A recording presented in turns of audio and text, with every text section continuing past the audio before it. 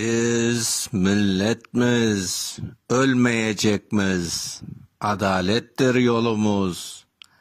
Kaşkırlarga tolsa bile bugün sağ ve solumuz. Sizday ulu atalarga arka tayap turamız. Ölümüz de, tirimiz de ana yurtnu kuramız. Tarih bir gün hesap çeker, her şey gelir yerine.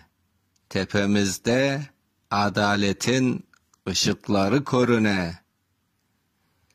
Belki bir evlerge sen bir cennet mekansın.